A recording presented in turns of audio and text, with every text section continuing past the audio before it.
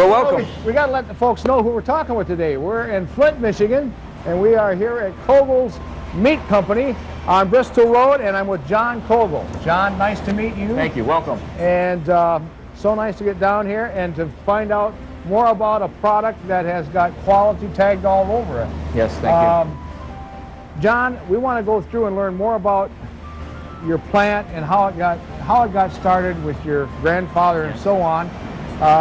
But before we do that, I guess you can just go ahead and give us somewhat of a little talk about where we're at right here, where we stand at right now. We are a shipping cooler, our finished product cooler. We do a lot of wholesale, we're a wholesale operation, but we do it for food service as well as retail. We do a lot of A&Ws, Dairy Queen, Coney Islands, big one around, golf courses in the summer, and then of course we deal with every major retailer in Michigan, but Costco, and we're working on that. Okay. So. What about now Michigan? I mean, that's the key word here with Koegel. Does Koegel get outside the state now, or pretty much confined to Michigan yet? Our majority of business is in Michigan. We do go to South Bend, Indiana, Toledo, Ohio. About 3 years ago we got a break in Cleveland, so we have kind of filled the gap a little bit over to Cleveland, and we're still trying to grow that market, but that is the extent. I know some folks who live in Texas that have it UPS'd out too, sure. Like Koegel Vienna hot dogs. Yes. So Koegel's got started back in what year? 1916 would be the year that my grandfather came to Flint, Michigan. Started actually up in, learned the process in Germany through the apprenticeship program. Okay. Came to Michigan, came to the United States. Okay. Some say to seek his fortune, others say to get away from his parents. No one really knows what's true. Settled up in the Milwaukee area, became a superintendent of a plant up there, but always wanted to do his own thing. Right. And worked there for about 2 years. A plant came for sale in South Dakota. And he asked the armor salesman at that point in time, who was supplying his company, the company he worked for, should you buy that plant? And the man said, no, don't go there. There's not a lot of population there. Go to Flint, Michigan. Auto industry is going to boom there. So indeed, that's what he did. He moved down here, started as a small butcher, made the processed meats on one side, the wholesale cuts on the other, and then sold both of them through his shop. Okay. Well, let's get into someplace where it's just a little warmer and where we can sit back and relax a little bit, and you can tell us a little bit more of the history of Koegel's, where it's come from, what's your projections in the future, and what kind of products do you make? You know? Okay. Love to. How many different types of franks do you make now? 32 different recipes. Wow. 65 different products. But a Vienna becomes an 8-count, a 24-count, and a 10-pound box. So, one recipe becomes 3 different products.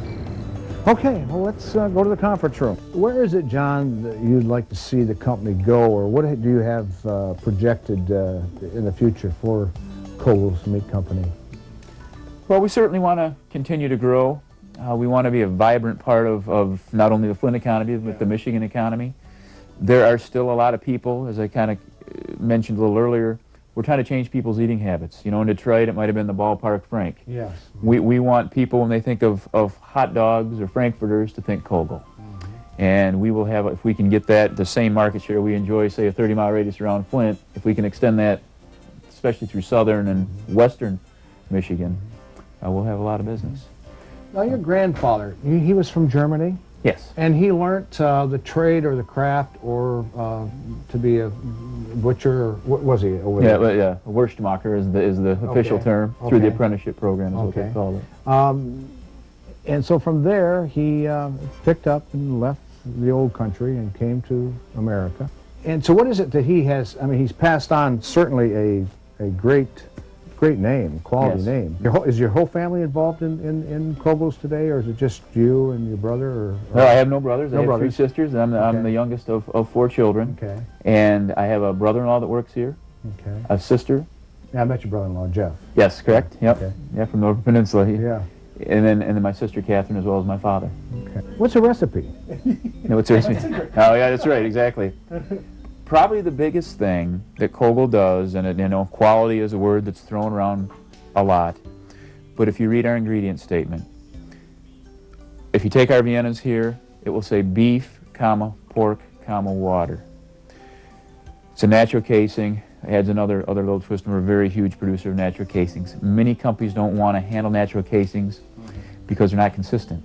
You can't machine them easily. Right. I mean, it takes a human, as you'll see when we go out there. But the big thing is the ingredients. It just comes down to putting most of our competitors start with mechanically separated chicken or turkey, then pork, then water, then you might see beef. They're also adding a lot of, and I don't want to call them fillers because some people, we had non-fat dry milk and some people, but there's carrageenan and there's potato starch. There are a lot of different things that you can put in there that kind of have a characteristic of a bite. And we haven't followed that. We decided some time ago that we were going to stay in the business. We were going to make products the way my grandparents have eaten them for their whole life, and stick to what we know how to do.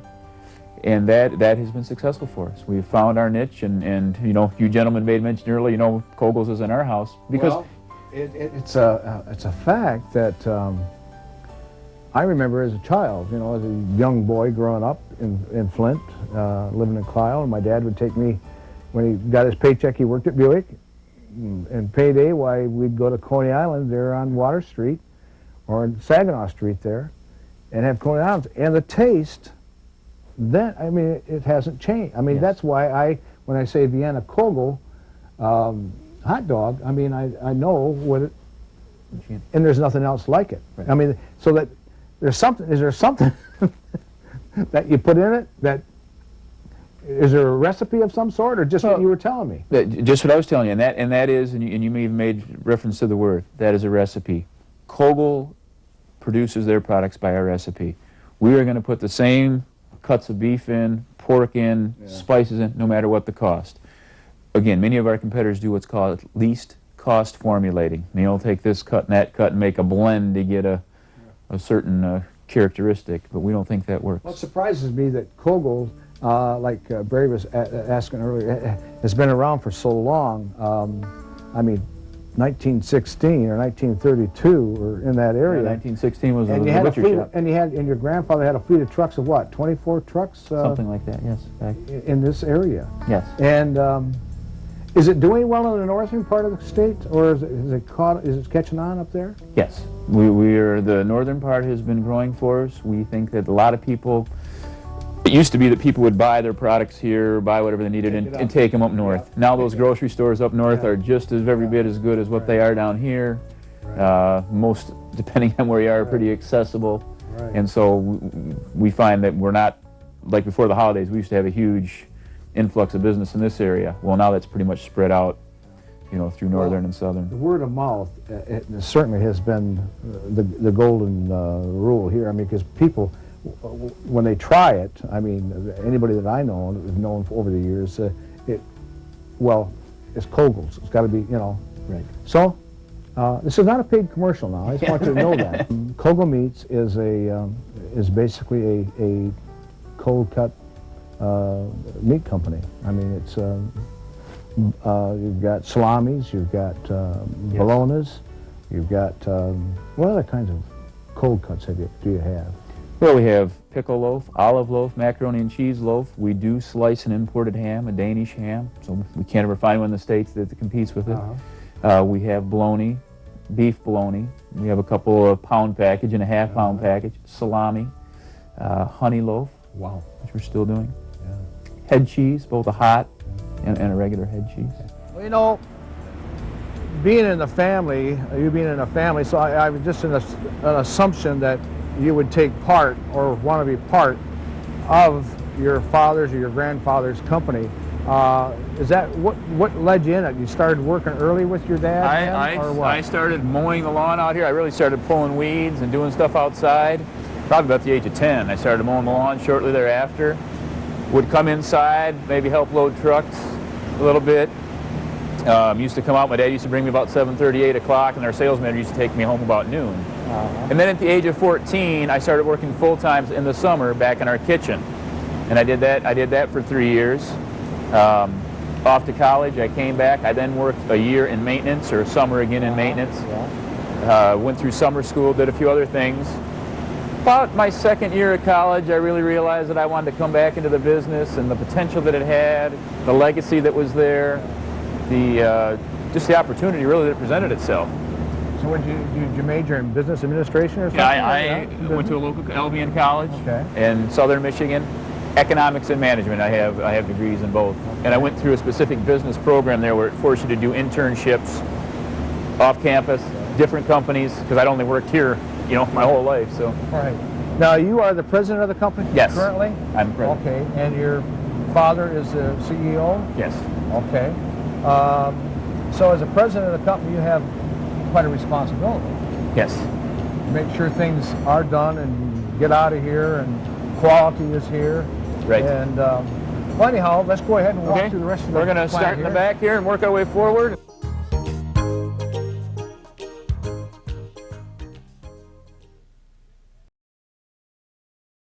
We're in Flint, Michigan, and we are here at Koegel's Meat Company on Bristol Road, and I'm with John Koegel. John, nice to meet you. Thank you. Welcome. Of course, as you gentlemen can already smell, this is the spice room. Okay. Chris here is putting up spices, getting them ready for tomorrow's production. We batch everything. As you can see, we lay it out because you can't afford to not put the salt in or the cure in. So they know when they go through this that this is for, X amount of batches of Viennas. And everything's got to be out of that tub when we're done. Then we have a lot of what we call unitized spice packs.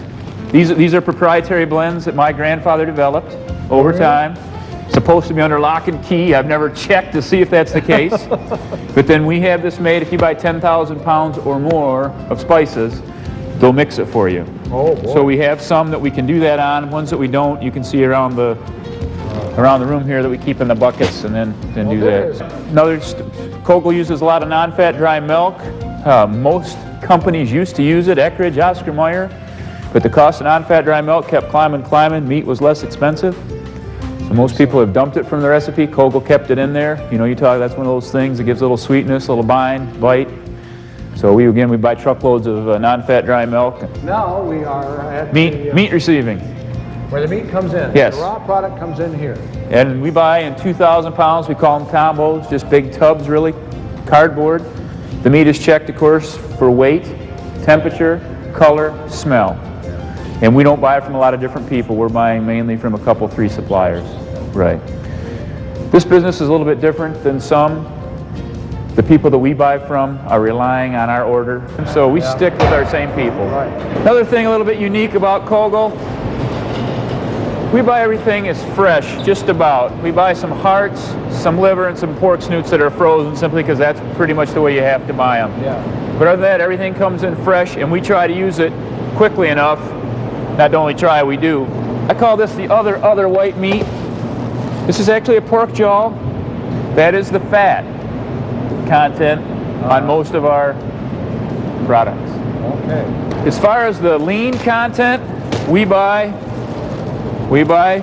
lean meat, and then we buy bull and we buy cow, and we blend the two together. This is pretty much the whole animal, just like you'd buy in the retail meat case. Yeah. Only they sometimes pull the tenderloins and the top rounds depending on what the market is. Right. Other than that, it's pretty much the whole animal. We take the bull and the cow, we blend it together. Take the hamburger mixture, we put it in what we call a chopper, big set of knives moving very quickly. Here's where we add all of our ingredients. Comes out of there very thick puree. I liken it to chocolate chip cookie dough, without the chocolate chips kind of thing. We move it around in big slide bottom bucket tubs, hold 500 pounds of meat. Dump that meat, that emulsion now we're calling it, into what we call stuffers. Stuffers really just a big hopper with a meat pump on it. Okay. We stuff the product into the various forms. Hot dogs, bologna, ring bologna, bratwurst, whatever it may be. Get that up on racks. When the racks are full, off into our smokehouses for cooking. We cook with a natural smoke, actually sawdust, which is heated up and heat with steam. Okay. Reach internal temperatures, depending on what products we're going 160 degrees, it has to be internal temperature. A lot of our natural casing products that we then steam. Helps tenderize the natural casing, also adds moisture back to the outside. Once all of our internal temperatures have been met, we then immediately start a cooling process. So we start a shower, depending on where we are in the steam. We have what we call a blast tunnel, high volume of cold air circulated through the product. The product is then pulled north or south, depending on where we're going to do it. It then flows into our packaging department. We cut the product apart, we cut any misfits out, ready the product for packaging. And then we vacuum package product in what we call roll stock machines, as indicated here, and we actually have 4 of these now. And then also a rotary type vacuum packaging machine. Vacuum package the product, or in a lot of cases we just have it bulk, as we call it, not vacuum packaged. Put that on racks or pallets, and we were just in the shipping cooler, the finished product cooler, which is right here, where the palletized product is ready for shipping. Yes. How many employees do you have here? We employ about 115. 1 shift or 2 shifts? We have 1 production shift, and then we will add on seasonal help. Sometimes in the summer we'll hire college students to help with both seasonal demand as well as vacations. And then everybody else is full-time other than our loaders who are part-time. Well, I'll tell you what, John, this has been an education to this guy. Oh, good. I had no idea that there was so much involved into producing a Vienna Frank Yes. or any of the cold cuts. And you have certainly given me a great education today. And I hope the folks out there who are watching right now will know exactly why Koegel's has got the name of Koegel, because it's a fine quality product. Thank you. I want to thank you so much for being part of Michigan Magazine and for the Our tour. pleasure. And continued success wherever life may take Koegel's company. Thank you very much, Dale. Pleasure having you.